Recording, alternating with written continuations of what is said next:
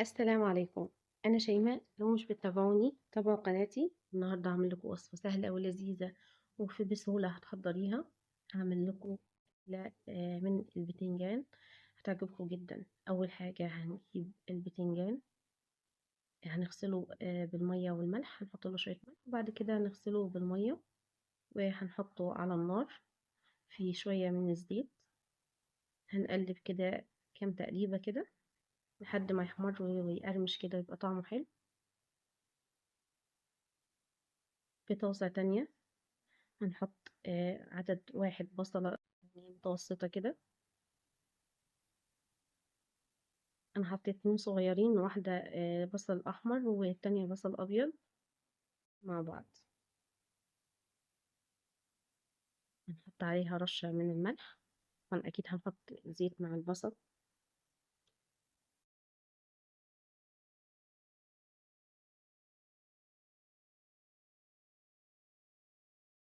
نص معلقة من الفلفل الأسود،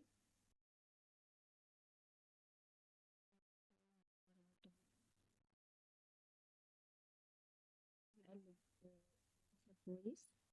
أهم حاجة هنخليه يبقى لونه ذهبي كده. نحط فصين من الثوم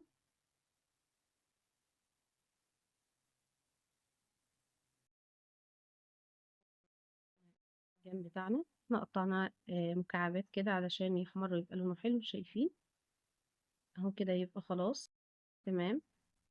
حطينا شوية صغيرة من الزيت، يعني الوصفة دي مش هتكلفك زيت كتير. هي شبيهة للمسقعة بس من غير لحمة طبعا، أو من غير لحمة مفرومة. أهو هنا بقى لونه ذهبي، شايفين كده حلو ازاي. هنحط عليهم قرنين من الفلفل الأخضر. ممكن تحطي فلفل أخضر سبايسي وممكن تحطي فلفل أخضر من العادي أو الاتنين مع بعض. أنا حطيت الاتنين مع بعض عشان يبقى طعمها حلو كده. هنقلب المكونات كلها مع بعض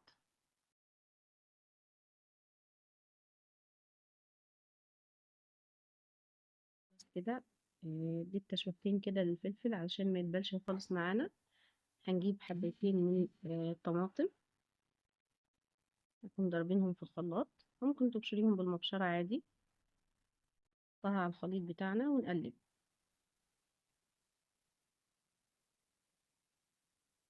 الأكلة دي هتعجبكم جدا وطعمها جميل، ويعني سهلة وبسيطة، مش هتكلفك أي حاجة، كل حاجة عندك موجودة في البيت.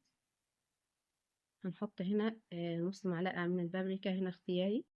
أنا حطيتها بس عشان تدي لون أحمر حلو كده للطماطم بتاعتنا التسبيكة دي. هنقلب كده المكونات مع بعض.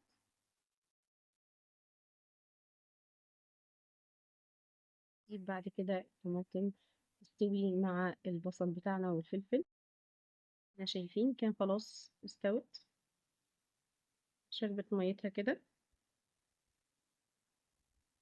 هنزود لها معلقتين بالظبط من المية علشان ما تتحرقش معانا وما تلزقش في الطاسة.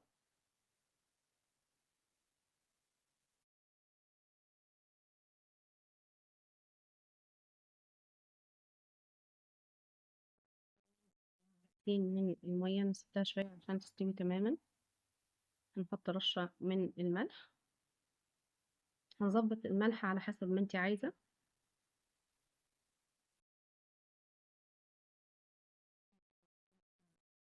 اللي احنا عملناها التسبيكة بتاعتنا، هننزل عليها بحبة البتنجان اللي احنا قطعناها مكعبات وحمرناها في الزيت.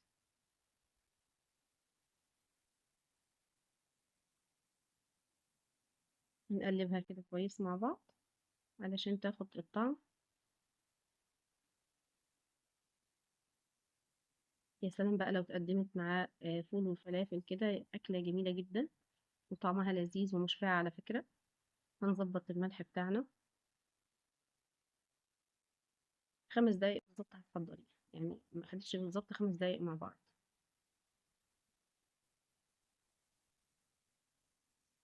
تمام كده كانت خلاص استوت.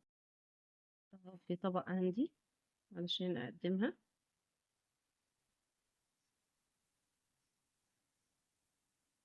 انا يعني مش قادرة استنى علشان اكلها، يعني طعمها جميل جدا وريحتها جميلة جدا وسهلة. هنا عصرة نص ليمونة عليها كده،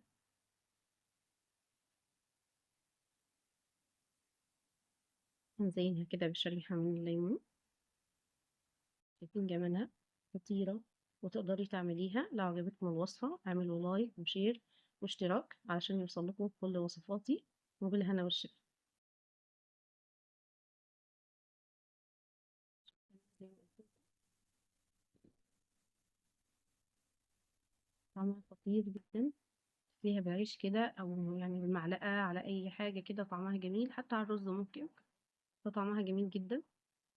يعني مش ما قدرتش اقاوم الطعم بصراحة. شايفين؟ طعمها خطير وشكلها حلو جدا وموفرة ومشبعة في نفس الوقت. لايك واشتراك متنسونيش.